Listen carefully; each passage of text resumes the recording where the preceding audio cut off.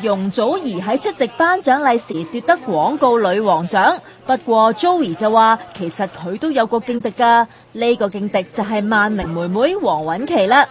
我之前同佢拍過一次 MV 嘅，唔知佢一陣間認唔認得我咧？我同阿林峰拍嗰個即係中意男仔嘅啫喎，但係聽講。係啊，咁好，咁佢阿媽都好開心應該。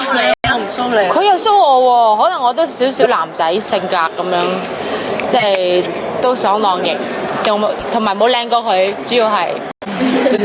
係啦，我喺北京度拍戲翻嚟嘛，本身係客串嘅咋，佢哋話而家好戲㗎俾你。唔係話望住我講。係你自己唔覺做咗拍多咗咩？我都覺㗎，本身話4-5日㗎嘛，無啦啦去咗大陸都去咗成個禮拜喎。